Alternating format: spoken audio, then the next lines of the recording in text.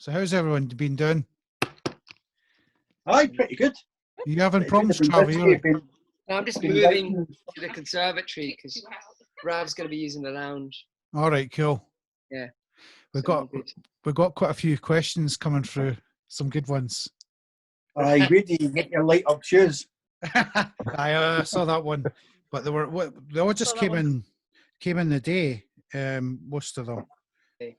When do I get to take my clothes off then? Go for it.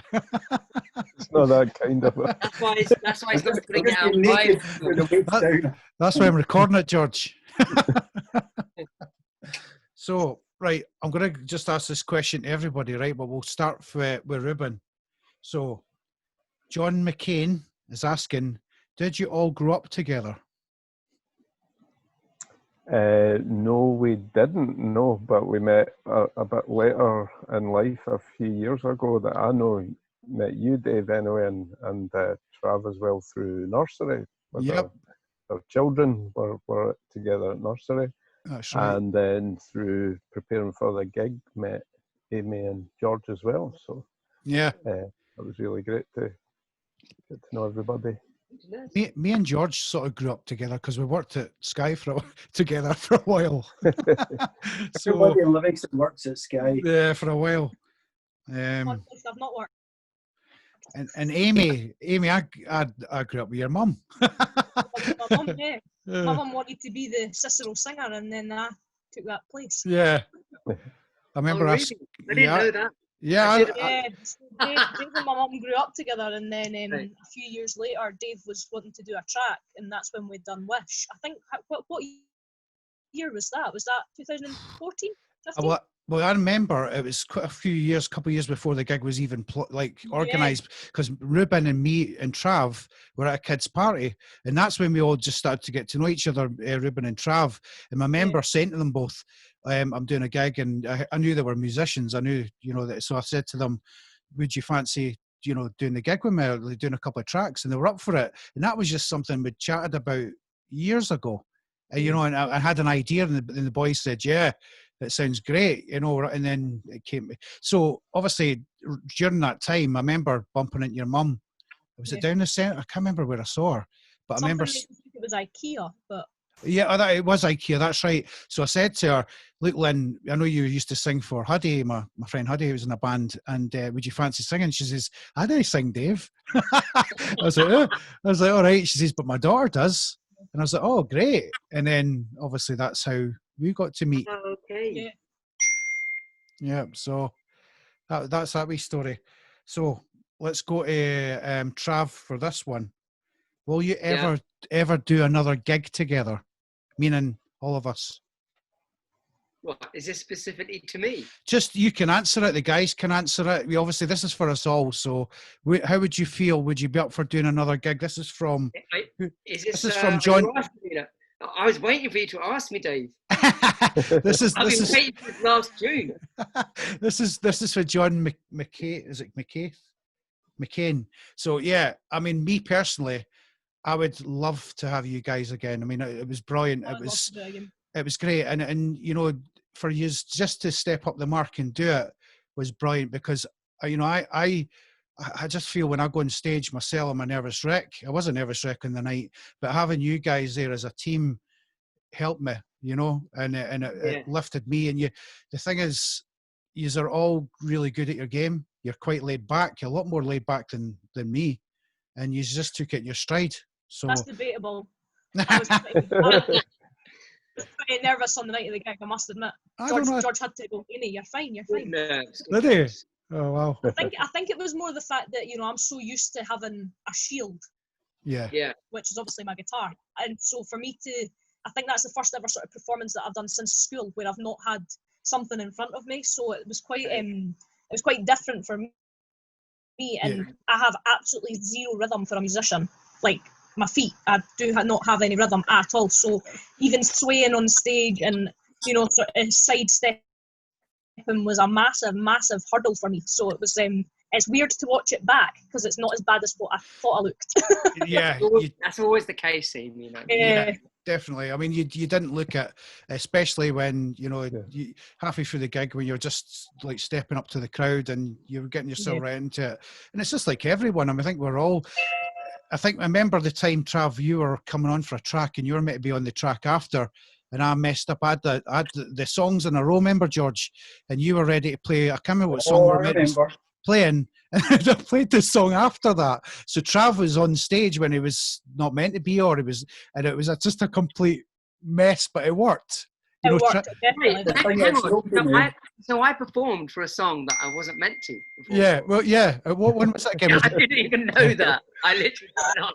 Bonus. It was completely normal. Yeah, I can't remember what one it was. That's brilliant. I think it was like a bit of ad-lib.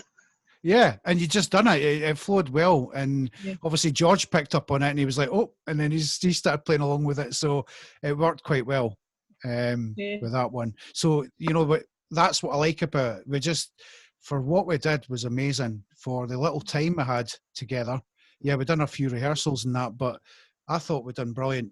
You know, for the time we did work together. George is a master on the keyboard, and you know, Trav sax, and I'll tell you, Ruben, you blew me away as well, because I remember when we first met, you know, you came down to my house and you were doing the guitar riff and that, and you were getting it, but you were just, you know, it still wasn't there. And I says, Ruben, just go back and just practice, and then wow, you just totally blew the place away. Was unreal, I know, it was. I remember it was really useful. There was little subtle bits in the riff that I just got after coming to yours, and you were kind of pointing out to me. So yeah, it's great. Definitely, it's funny when the beat, you know, when the build up before Amy sang the second chorus, and you're getting right into it. Your guitar, it was brilliant. So and yeah. So yeah, my answer to that question, sorry, I'm rabbiting on, is I would definitely have you guys again if you were up for it. Do something like that again. Yeah. Cheers to that. Cheers, man. Oh, where's my? I should have brought a drink up. Damn. So yeah, so that definitely, I think, and someone asked a question. I think it was on Facebook. It wasn't sent to me, but that we should have a yearly thing. You know, once a year. Yeah. You know, we have a gig, and that would be amazing as well. But it's a stress as well. It's we could do organized. It. We could definitely do it. We could do it, yeah. And it's something if we manage to get into that rehearsal space and miss rehearsals some weeks, you know, we'll not mention that. You know, yeah, Amy. When Amy was supposed to show up and she was at her auntie's in Dunfermline. Yeah, me and George were calling Amy one night. I think it was about a week before the gig, George, and we're sitting there saying, "Where is she?" And you know, me and George had about 20 keyboards, so we're like having to give him a hand up the stairs with him. Away up the studio was at the top of the stairs, so we had to carry all these up to the top of the studio. And don't make it I am never late for anything. I'm always at least 15 minutes early, so I was mortified when that happened. Like, so bad. And George wasn't helping. I was going, Amy, it's fine. Don't worry about it. You can come to the next rehearsal. George is like, that's the order, Amy. You should be here. Amy, you weren't late. You just didn't turn up at all. So it's fine. God. You weren't late. Yeah, you weren't late. Yeah. I just wasn't there. You weren't there. Dave. Yes. I'm going to ask you a question now. What was the highlight of the gig for you? What's the thing that stands in your mind the most? The white pants. That's a good question. I mean, the thing that stands out mostly for me is how it all went, how it just worked, you know, because the building up to the gig and everything, us all rehearsing and doing it all, I just didn't realize it was going to work so well. Like having the backdrop, the big screen, having the lights on stage, you know, the UV lights and stuff, and the smoke came together, didn't it? It did, and the guys, the engineers and the lighting guys. I mean, even though we just met them that day, we didn't even rehearse. We didn't have time to do anything weeks before it. They sort of just worked it all out and got the lighting and all that set up for us. So I think when I saw it, just before we came on stage and all the lights were out and we walked on stage and we saw what it was going to look like, I was blown away. I just thought, wow, this is... That's when the nerves hit me, when I realised how the stage looked. I'm not a nervous person, but when I saw how the stage looked to the audience, that was like, oh my God, it was quite mind blowing, to be honest. I It really was. impressed with it. It was. It was just. It looked so professional, and it was just. That's why I thought, wow, I'd love to use that venue again, because they really stepped up the mark. And Definitely. just to let you know, a little secret, guys, as well, when you're watching this, Ruben was our stage manager, not just guitarist. He was our stage manager. So That's funny, my memories trying to get the curtain up, and everybody. So that was looking funny. at me, "Put that up." But I was like, come on. Yeah. So Ruben's job was also to open the curtains or lift the curtains when the music started. So we had Willie Breen, MC Willie, in the house. He was there sort of doing his MCing and stuff. And then when the song started building up, Ruben, I give the nod to Ruben, and the curtain wasn't lifting, and I was looking at Amy, and Amy was going like that, lift. So eventually they went up, and they done a grand job. So yeah, stage manager Ruben also. Luckily, I never went up with it. That would have been funny. Right, so I've got another question here. So this is this is a good one for all of us, right? This is from Steve Humphreys. What type of music influences you? So again, we'll start with Trav. Oh, you know what? I'm always listening and exploring new styles. So it's not really a case of what has, I'll put it this way. I'm not the guy that listens or had listened to Dave's style of 90s pop kind of stuff, Pet Shop Boys, all that kind of genre. I wouldn't have listened to that, and I never really did when I was growing up. Mm-hmm. I was more into the house kind of, the 90s kind of dance stuff, and Boyzone. So when I was introduced to the music, I was like, oh, this is great. I'm always willing to explore new opportunities, and so it was great for me just to absorb all this new material. And so I don't have any regrets, and I'll definitely use that as now a new influence moving forward. Mm-hmm. So yeah. But typically I love all of soul, funk, James Brown kind of. I love Prince, and obviously Michael Jackson. Mm-hmm. But I love a lot of the black era kind of black exploitation kind of era from the 70s, all that kind of stuff. But more recently, I'm really getting into all the new age kind of house kind of stuff. It's just because I play a lot of that style of music now when I'm booked for parties, so I've just got to keep on top of it, all the new material. Yeah. But I tell you what, it's all about mashups now. Mm-hmm. People are just taking old songs, mashing them into new versions, and some of them are amazing. What's really cool about that is it's introducing all the new generation to older sounds. Yeah. I think our responsibility is to teach the younger generation where these sounds came from, where all the samples are from, because I think a lot of people just take it on as they just treat it as new material, but actually it's not. Yeah. So I think if you're knowledgeable in that, it's great to sort of pass that information on, and then that way it helps other people discover new material, new influences. Yeah. So I think that's what music should be about, just taking you on a journey, yeah, of exploration. Definitely, that's the type of stuff that I'm the same. I mean, obviously I sing country, blues, rock, pop, but I don't have a specific genre. That was something that I definitely found really interesting, obviously, with doing the gig with Dave. Yeah. But I did grow up with Dave's music because obviously my mum grew up with Dave. So the first ever song I think I learned on the keyboard was Love Was Everywhere. Love Is Everywhere, rather.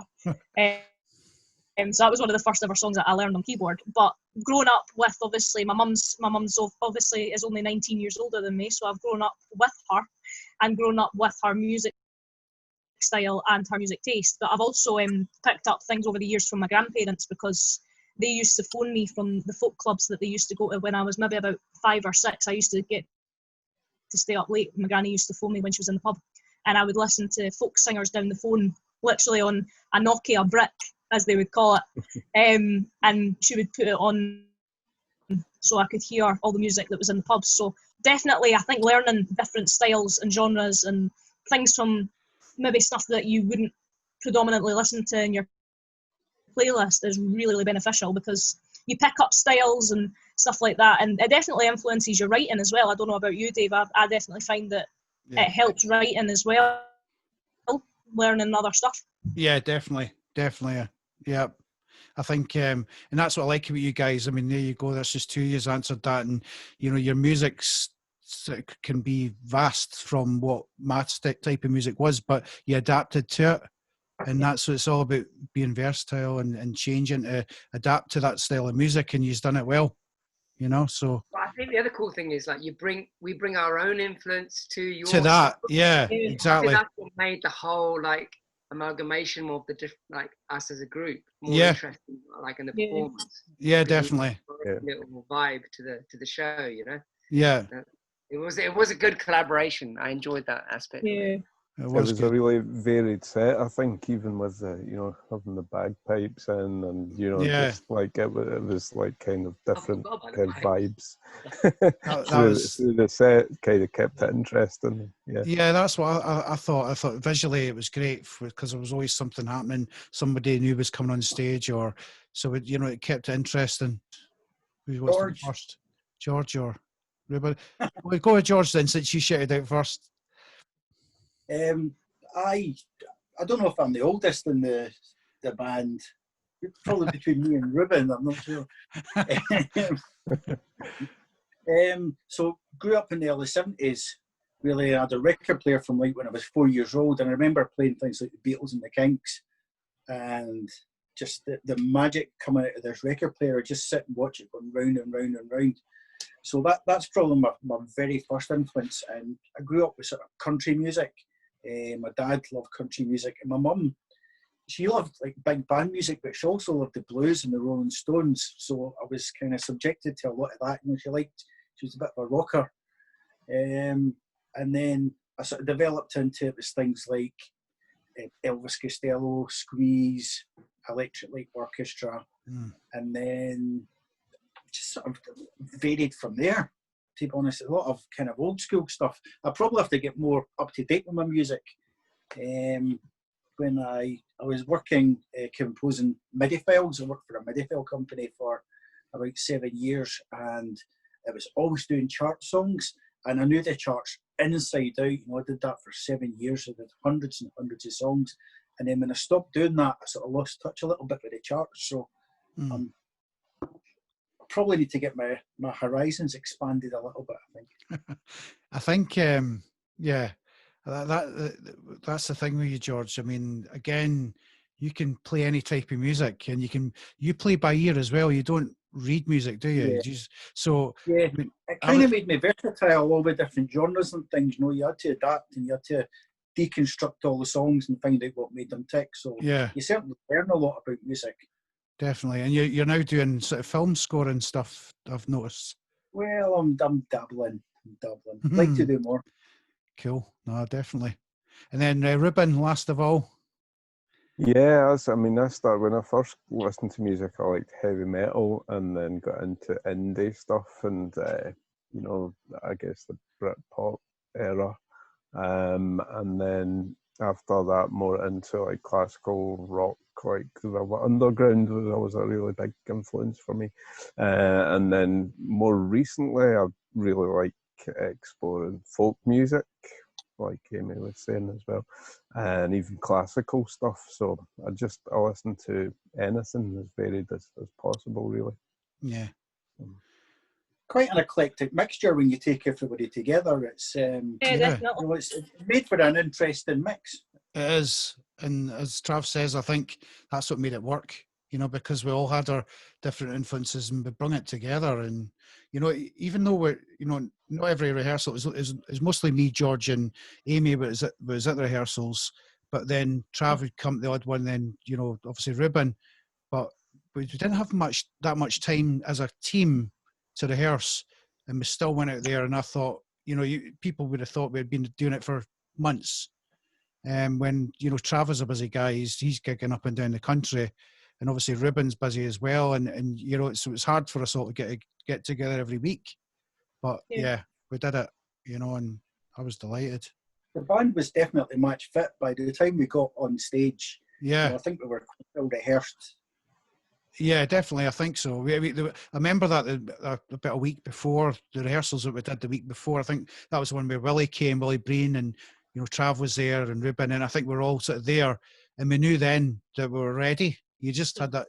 We just knew, and it was great. This is one from Paul. Doesn't give me a second name, but this is a good one. What do you really think of Cicero? Who's Cicero? Yeah, no. Who is he? Cicero's a darling. That's what I you don't see know about on her screen. husband, though. Are we talking I know. musically? Or are we talking in a book? I mean, I don't know. I Dave don't. Cicero, sorry. That's how it's put. Just put. What do you really think of Cicero? So I don't know about music or The person or the man behind the music. no comment. no, it was, You do you know would be what? too I embarrassed actually if I told you what I really thought you'd be Dave was very brave to go out there and do what he done. Not many people would want to do a comeback gig. Quite a lot of people would probably shy away from it. And I think piecing it all together, organising the rehearsals, organising me, I mean, that's a chore in itself.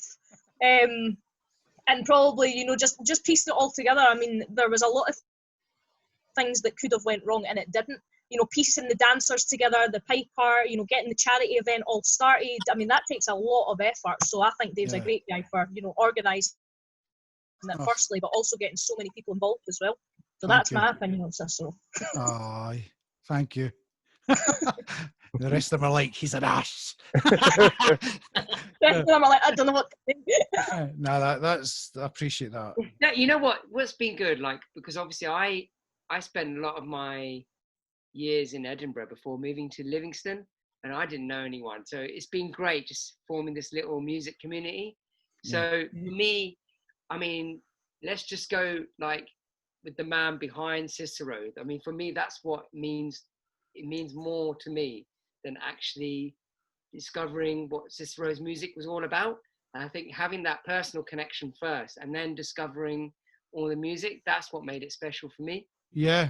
And just you're going to team up with this random guy, these are the tunes, just go and learn them, and then you just jump on stage. It was good to get to know you before. Yeah. Little team. Yeah. I think definitely that goes with you guys as well.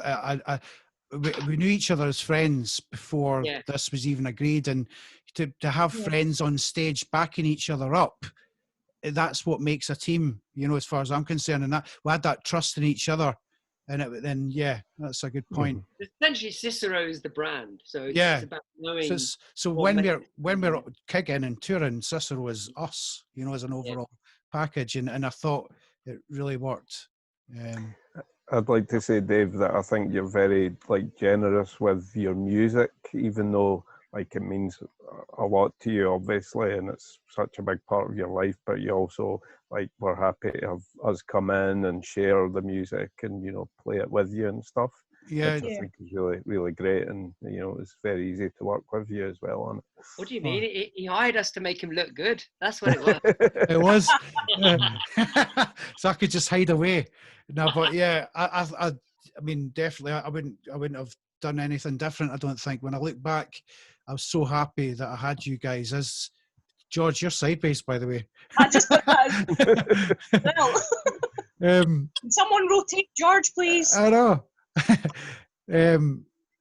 So can you hear me, George? You all right? I think you can. I can, yeah. I disconnected and connected again, and now the screen's... I'm just going to make it a bit easier. Hold on. Let's all just go sideways. Sorry, He's starting to feel sick. Sideways? Yeah. Oh, man. I forgot what I was going to say now, but anyway, I think I wouldn't have changed it for the world. Definitely, it's something that, as I said before, I'm a nervous wreck, and it's been a long time since I've done a live gig, and to have yous on there along with me, it lifted me a wee bit. It gave me a bit more balls to go up there and do it. So, no, thank you. I'm just thankful to meet a man who's on top of the pops. I didn't actually get on top of the Change the Pops. name. Didn't even Okay. get me on that subject. I'm raging because Oh, you good? Right. Okay, you that's for another Dave, Zoom. why didn't you It's get on top of overrated. Pops, mate? well, certain person called Michael Jackson. You can thank him. Ah, okay. Michael Jackson had one of his 20-minute videos on, and I was the highest climber, and And it there was was no room, no time left for you. no time left for me. And Well, they that's actually the contacted time. me, and they Ah, says, right. Okay, yeah, so that time I would have got really excited about watching the whole 20 minutes. it was the You one. really were bad then. What was the one? It was they were dancing. It was all the African dancers, and then White, black and they, white. yeah, it's great. It's a great. Didn't get me wrong. It's a great video, great song, but I was raging. I was absolutely raging. So yeah, that was it. Oh, upgraded. Let's go. Hey, Yay! well, Yeah, I've got. I've 8 minutes now. Oh, have they? That didn't come Yes, on my it came up screen. Oh, perfect. So this one's from our favourite fan, Carl Markins. Hey, Oi, oi. So again, I can't even see this. I need my glasses. oh, you're so vain. I would like to know if your paths have crossed before, and in what capacity. I think that's similar to what we've already said. Yeah. We sort of knew each other before, this kicked off. Anyway, we knew. We all had a connection to Dave in Yeah. some sense, but we didn't have connections to each other, which I think is what made it so interesting. I'd never met Trav before, I'd never met George, I'd never met Ruben.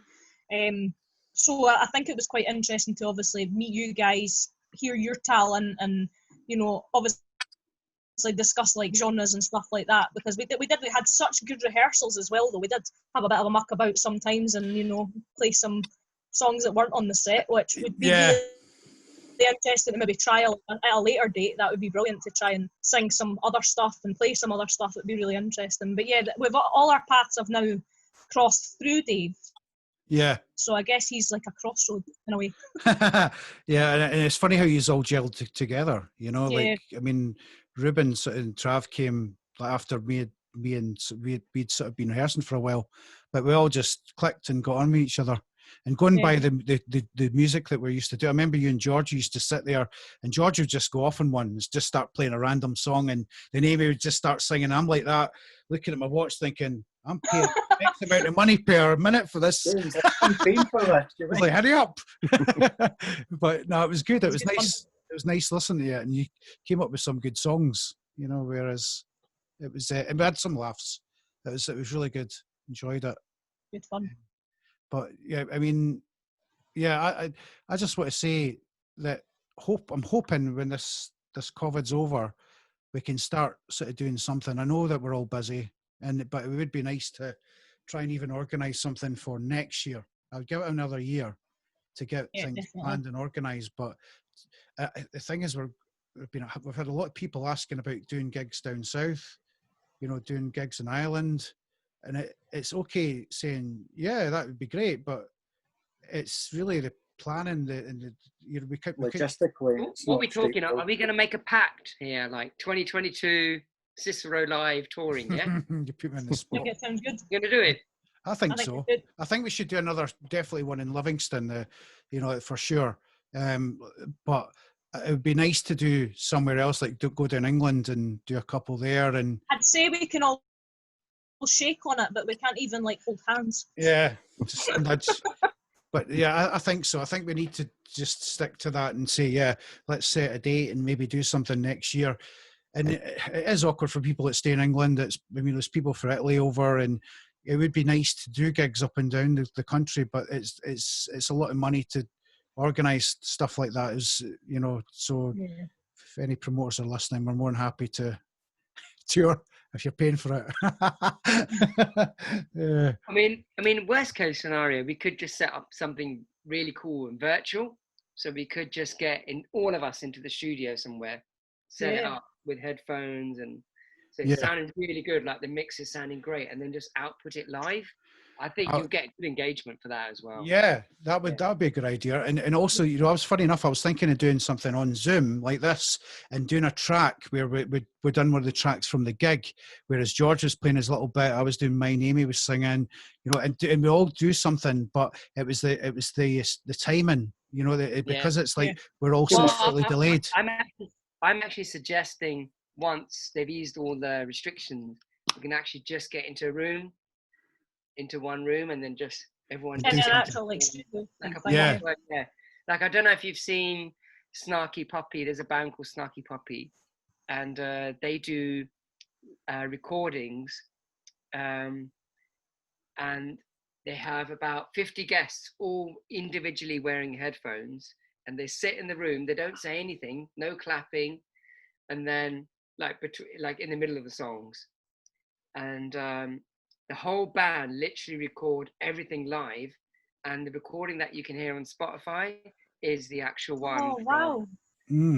From the audience. Yeah. So it is a proper live recording. Like, everyone's got the individual monitors. And I just think it would be cool if we wanted that's amazing. Properly engineered, like in a room, and then we can record it. We can record what are they doing? Are they just like jamming? Are they just coming up with different ideas? Or no. It's actually, they've all rehearsed. The band have properly rehearsed. Right. They go into a studio, invite guests who sit in the audience with headphones, with individual, like a mix of the whole thing that you would hear if you were listening to it on Spotify. Yeah. And then, but the whole thing is recorded. So, and then it just gets up, like. That's amazing. So maybe we could do that, Dave. We could make a recording and put it out on Spotify. Yeah. That's how my other band rehearses. Everybody goes into a desk, and including the drummer who's got a Roland electronic kit. Exactly. And they just all rehearse with headphones on. It's great. Yeah. And then you just master it after, like you mix everything down after properly before you actually upload it to Spotify. But everyone in the room could have headphones, or it wouldn't necessarily be in the room. It'd be everyone at home listening, like on OBS. That's really cool. Yeah. Does it go out like a blog, or like how's it going to Spotify? How is it? Well, no, I'm just saying it just later, like you master it. Like a master. Yeah, and you could do like a feed. If you wanted to put out a new album, which was the Cicero Live. I got you. Yeah. Okay. Yeah. Yeah. So that sounds good. But what are we currently doing now? So what are you up to now, guys? So I know it's COVID, we're locked in our houses, but what are you doing? You must be doing something. Trav, I know you're still locked in your house. Yeah. Lucky you. I'm doing garden parties. I've saw them. I've saw your live feeds on top of a roof. Amazing. Oh. That was class. Yeah, so there's actually a few more of those to come, but it's just great. Look, we're just trying to stay creative in whatever ways we can. Definitely. So whatever keeps those juices flowing, you know, yeah, each their own. And you know, it's just about, if we don't try and maintain creative in these times, and what's the point of calling yourself an artist or like doing, you know, definitely, what's the point? So I'm right. And the other thing is, you know, what we do brings joy and maybe even sadness to other people.